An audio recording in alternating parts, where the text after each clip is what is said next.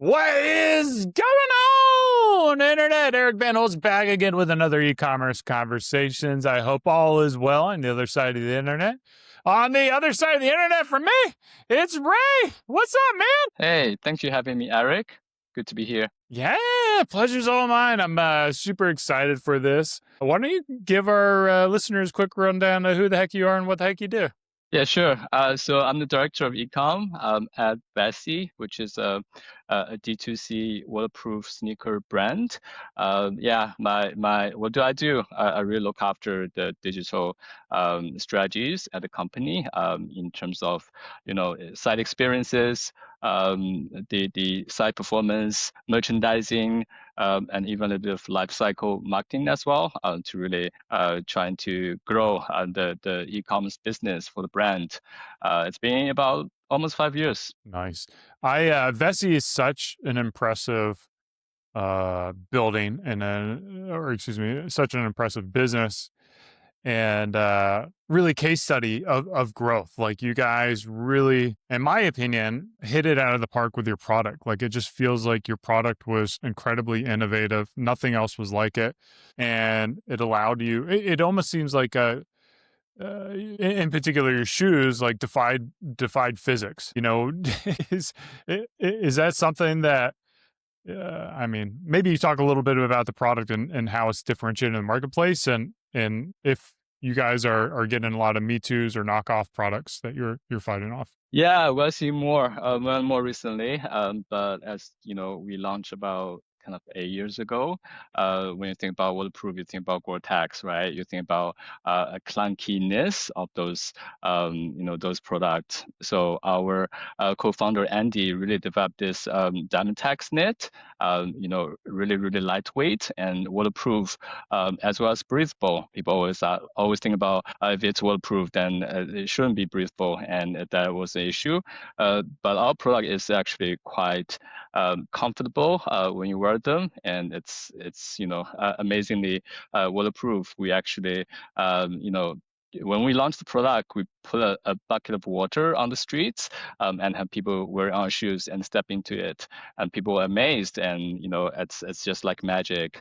It's so good that it's just a regular, like looks like a regular sneaker. Yeah. Yeah, I mean, for those who are not familiar with Vessi, which I imagine there's probably not too many of y'all, but if you haven't heard of them or seen them, like you guys kind of came in a lot with that style of like Allbirds, which I think like kind of started this knitted shoe style and built off of that with a very similar style that is completely as I know, waterproof or highly water resistant. I don't know, like from a marketing perspective, if you have like limitations on what you can say or not, but it kind of like breaks your mind, and I can see like the viral aspect of being able to produce that kind of content where you put a foot in a bucket and get like instant reactions from people. But you mentioned you're 8 years into it now, like has a little bit of that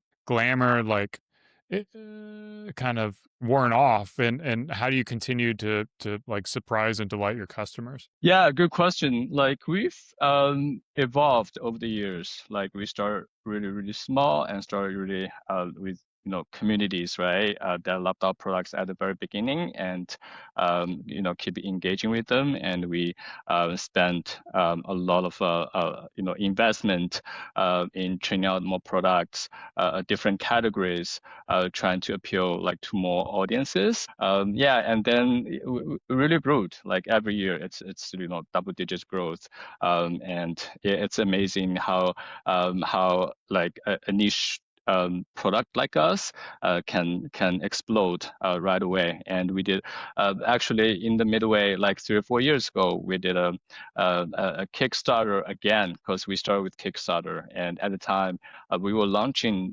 this new line called Stoneburst, and it's really different from our usual design language. So we want to know how people perceive this product. So we went on to Kickstarter, which is the root of the Vessi, and it was I think we reached our goal within hours, and get a lot of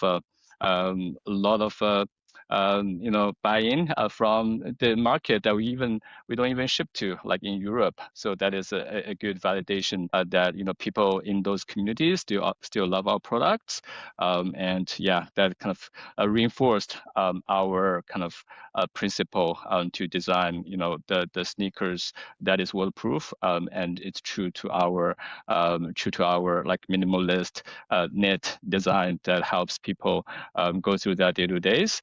So yeah, as I said, it has evolved. We're trying to elevate our product. We're trying to expand our lines, and we're trying to expand our channels. So we start looking to wholesale, looking to retail. Right. At the end of the day, it's shoes. People want to try them on. People want to try them on and walk around and to see how they like it. So those things kind of have really progressed us. But at the end of the day, like we're still trying to engage the communities that loved our brand. The healthcare people, the teachers, people on their foot every day, dog walkers. So yeah, it has, the I would say the execution has really developed and evolved, but the core strategy is still very much the same from day one, to keep engaging with the customers who really loved our brand. And there's a lot of people who come back, again and again, and kind of advocate our products to the other people. So that is how like our business keep winning. Yeah. You kind of talked about, nurses, teachers, people on their feet all day, dog groomers. How did you guys discover that that was your core audience? Was this, post purchase surveys? Like, what do you do for a living, or was it just ads that hit better? Walk me through that. Yeah, so like you touched a lot of them. We obviously during pandemic, right, we started to give our product to the healthcare workers. So at that time, we got a lot of feedbacks that the communities love our products, and we start to collaborate with the networks to promote our products in at a discount. They just genuinely loved our products. So we feel okay, this is a really good product marketing fit. The other thing is influencers. We kind of did a lot of paid influencers, and we look into different category, right? The influencers in those categories, the healthcare, the nurses, the teachers, yields like much better results than the other niche categories. So all of those things tell us like these are the communities that have a really good product market fit, and we should continue to engage with them, continue to strategize, with these communities, and also create the products that meet their needs. Okay, so you've built off this influencer strategy. I've seen a lot of YouTubers also talk about it. I actually just went to a YouTube conference yesterday of content creators, and a lot of them are just talking about how pretty much sponsorship is dried up. It doesn't seem like as many companies are sponsoring content creators anymore, and they've kind of shifted to a more like affiliate, like TikTok Shop affiliate kind of structure. Have you guys moved from a sponsorship model to any other kind of structure, or are you still doing kind of like a tried and true sponsorship with your influencers? Yeah, we are still doing influencers. There's different types of influencers. There's sponsored ones and there's organic ones. We do find the cost is rising a lot, and it's operating on a revenue share model. So we definitely tone down the volume, let's say, of the paid influencers. The organic influencers is still a really good UGC type of content that we find very effective for our audiences in terms of building that authenticity with our products. Yeah, TikTok Shop, we are also looking into it. Yeah, it's this is kind of the reason why I like the e-commerce. Like things are always changing. There's always new stuff. You have to keep exploring and see which one kind of works for you at this time, right? What does that system look like for identifying content creators? Having a first, I guess you always have to have kind of a gut feel it's going to be a good fit that they might convert. but also the volume. You know, like when you look for the perfect influencer, you might only have like one or two, but I imagine there's a little bit of a volume game where there's just a little bit of magic that happens too. Yeah, there are different tiers, right? Some influencers like a hero influencer for us, like they can bring a lot of revenue even though they're very expensive. So those influencers like are really good product market fit, represents the brand really really well. And then there are other influencers like it just brings to traffic and it's not a lot, but it can compound, right? So we do have like 3 to 4 tiers of influencers where we spend most of our efforts to create, dedicated landing page and can coordinate different campaigns with the tier one influencers. But the smaller ones is just more of, getting our names out there and having some presence on the website to connect that experience. So yeah, it has evolved, but yeah, it's still pretty important part of our strategies. Yeah. What do you see working effectively for you guys in 2026, and kind of also what are you building the business to support, or what kind of theories do you have might be working in the near term future as well with AI really taking a stronghold? Yeah, so we've seen a lot of changes last year, and that has been spin towards this year as well. We do operate in multiple markets, Canada and the US. So like what we've learned is there are a lot of external impacts, and there's a lot of different different interests or different behavior from this market. So starting this year, we started noticing like before, like we can just market our products on Wordproof, right? But beginning of the mid of the last year, we started noticing, okay, Canada people really, really value, Canada made, design in Canada, those type of language, and the US, not so much, or maybe like a little bit as well, like design in Canada. So we start to play that into our marketing. We start playing to our products as well. So we are starting to be more intentional about our product design. We're creating a little bit of a maple leaf flag on the design elements. On the website we start to talk about our roots of PNW, like how our products are designed and tested. These roots. This has been really, really powerful. In even we tested on ads and resulting very high ROAS. So that's something that we are continue to amplify, and it was not there before, but starting last year we started. It's really taking off, and it's expanding into different things like other than marketing, look into the product designs, and we're shifting our focus in different markets as well. It's just the nature of business and the trend of the industry.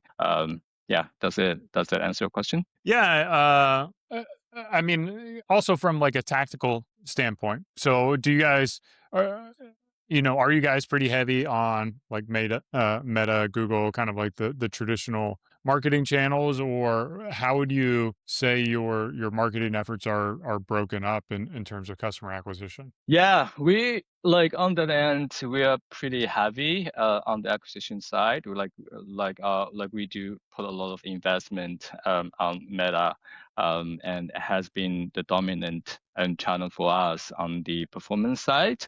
But we're looking to diversify as well. Looking to Google, looking to as you mentioned, TikTok Shop, right, and even some mobile apps to drive different traffic. We've tested this before. For example, like putting ads into TikTok, even Reddit, but it brings lots of traffic, but the quality of the traffic are not usually very high, and it's usually have a very long window for us to attribute the revenue coming from those channels, right? So it has been a challenge to understand how effective those channels are. But yeah, we've been operating on a heavy heavy performance budget on Meta, and we're looking to diversify to make sure that we operate efficiently. But it's right now it's more focused on Meta and Google. The TikTok shop is something we're looking into.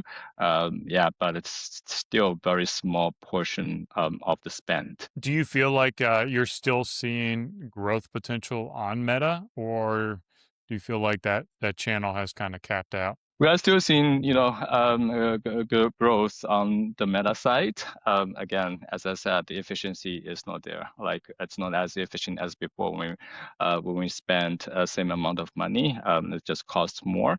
But we're still seeing growth.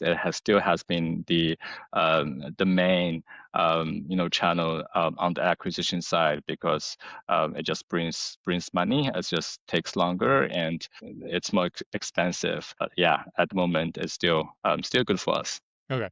So Meta's still working for you guys. I notice, of course, I know Vessi as a footwear brand, but you guys have branched out into like apparel. You have jackets and socks and accessories. Oh, walk me through kind of that decision to bring those products into the fold. And is that something that you guys are actively putting money behind to try to scale up, or do you just view them more as like an add-on for your customers? Yeah, those are more of the experiment. As I said, like we like to engage with our customers, so we do listen a lot of what our customers are saying through surveys.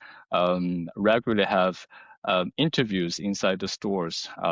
For our let's say brand lovers to understand. Oh, do you think Vessi needs to create in terms of the products next? People start talking about apparel, starting about accessories. So there's that aspect that people want to have those products really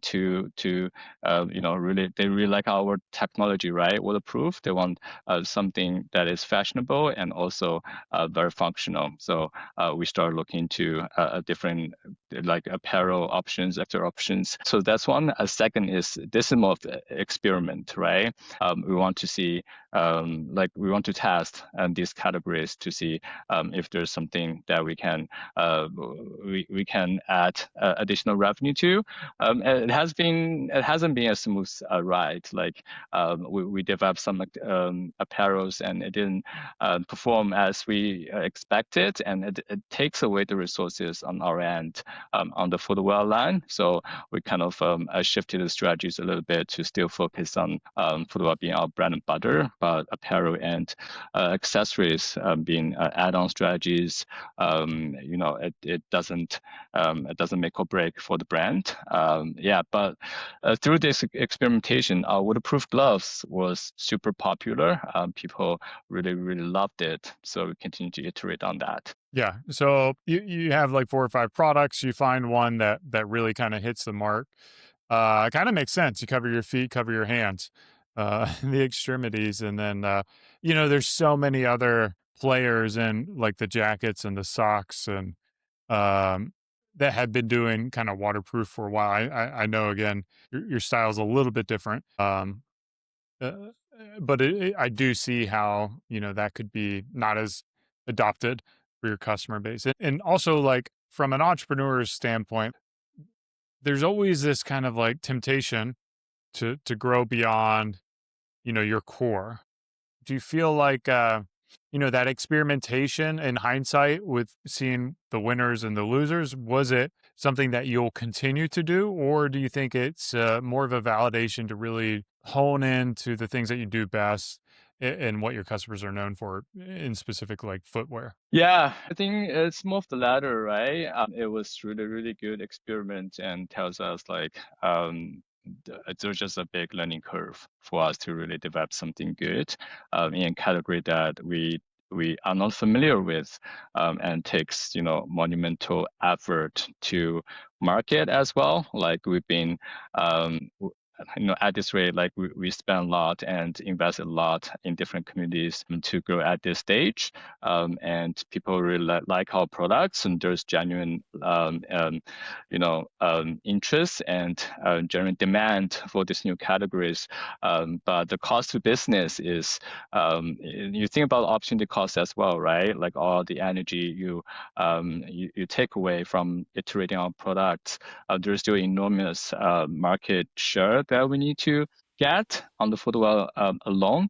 So at the end of the day, it's a good validation that okay, people still view us as a footwear brand, still like our sneakers, still our brand butter. It's good that we find some winners on those tests, and it doesn't really take away a lot of resources internally because people loved it. We don't really have to create something that new, right? It's more of an iteration to give them accessories. But the business should still focus on the things that we do best, and there's still a lot of room to penetrate in the markets we operate. Yeah, so I know you guys are heavy on D2C, kind of grew from D2C. Has the company branched into wholesale? I got to imagine that's the 500-pound gorilla that could take you guys to the next level as well if you haven't already started that process. Yeah, we did start again. Working in a startup company, like everything is new. Like there's a learning curve, and yeah, we have ventured into wholesale. And yeah, again, before like when I joined a company, like it's really like flexible. Like we can do whatever we want, like on the product side, on the promotion side, and features things like that, and communication. But when you add all these layers, all these channels into it, it introducing more restrictions on things you can do, right? Which is not a bad thing. As you said, getting this into physical touch points, right? For people to touch our products, and at the end of the day, it's waterproof. Like you need to validate, you need to see how it works. So that's kind of the strategic reason that we want to have more doors of our products, whether it's wholesale or even our own stores. But like on the other hand, it does create lots of restrictions for the D2C side to do different things. Yeah. Yeah. So is it what has been the strategy? Is it smaller independent stores? Is it mass retailers? It, you know, it's really all of them. Like at this moment, like when we venture into wholesale, like there's learning curve, right? We don't really have a expertise on this domain. Like we start looking to, okay, we want just wholesale to carry our products. The small boutique shop is something that can place orders quickly, and the bigger wholesalers, they do have more locations across the country, but it takes longer time. And again, their requirements for the products and even the policies are way more restrict. So I would say like we were trying to get both of them. To start it off, it's usually the smaller local boutique shops. From going back to an online perspective, is there any strategy to redirect your spend to those wholesale partners storefront to drive sales to their stores, or is your focus entirely on driving stores on Vessi.com? I would think, we do spend like all of the investment to drive to our own websites and our own retail stores. But I do think, driving that awareness of the brand will have a positive impact to those wholesalers. So when they go into the wholesalers, they see the brand, they know what do we do, right? So yeah, even though like we don't really spend like we do have those physical like POP displays that we develop for wholesalers to kind of market our products in the store, right? But a lot of the digital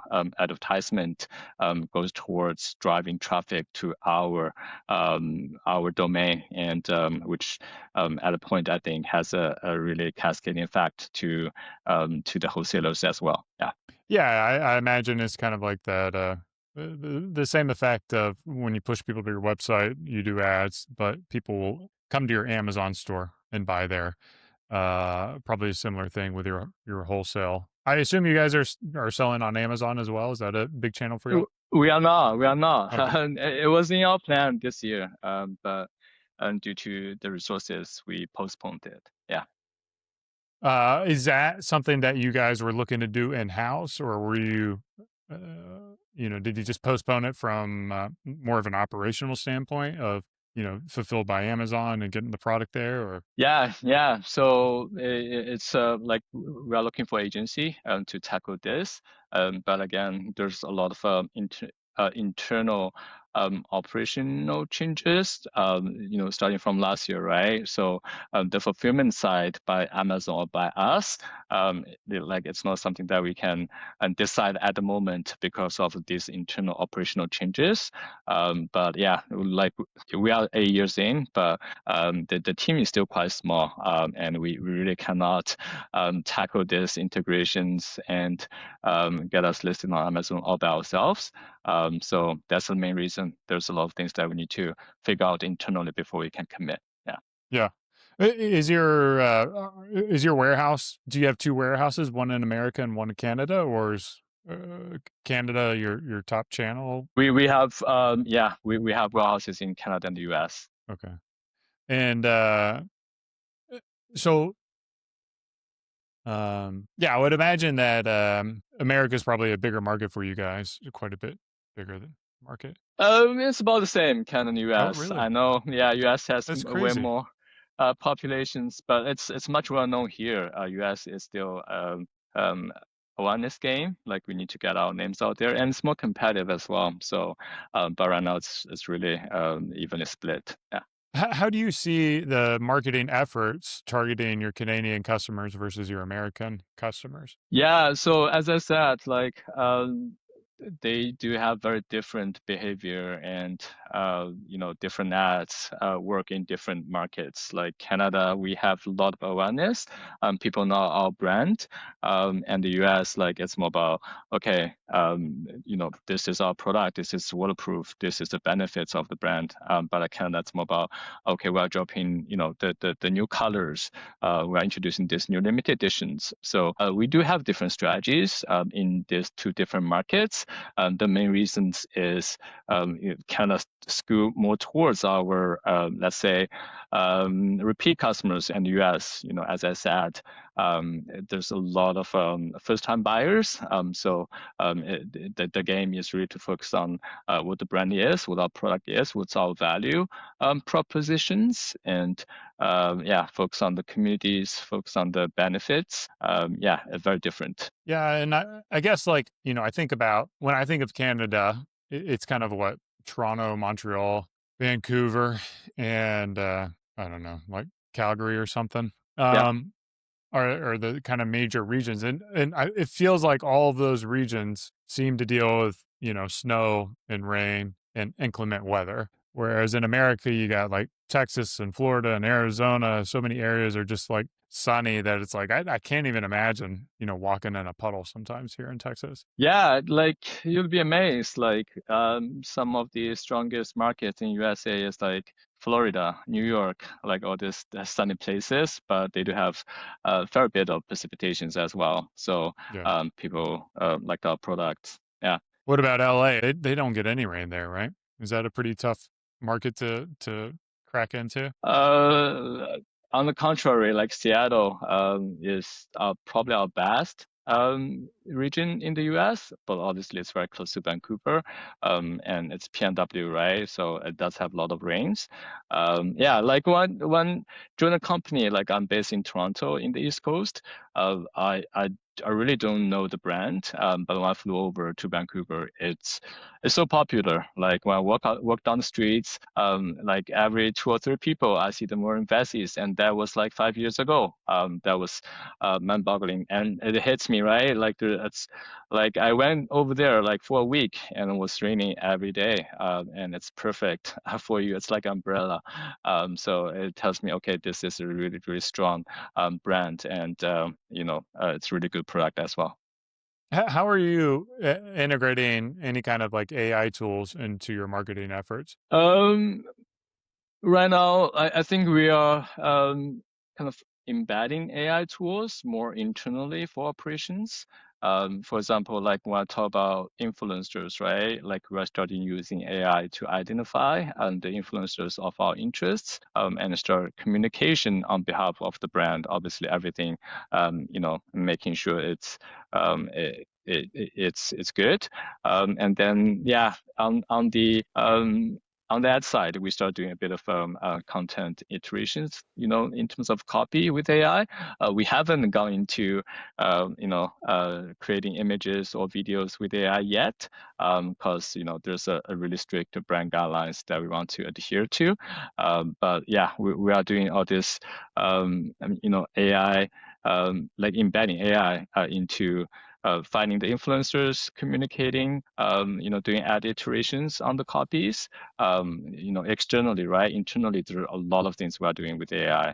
Like I have a development team, and we are using AI to code to start. Like their job is to really to modify and optimize, but AI is initiating a lot of work internally, which is good, which I think is a good use of AI at this time. Yeah. What does it look like to? Well, maybe it's a twofold question. Were those team members who were already on board at Vessi, or were those people that you had to go out and hire to start building those software tools? And then two part question. What are the tools that they're currently leading on? Yeah, so we do have an internal team, so we don't have to go outside and hire other people to do this. Yeah, like right now we use the tools we always use, but in the AI component of it, if that makes sense. For example, like Copilot in the GitHub, and like Figma Make within the Figma, right? Yeah, doing those designs and the CSS. And yeah, like we've been experimenting with Claude, which seems really, really powerful.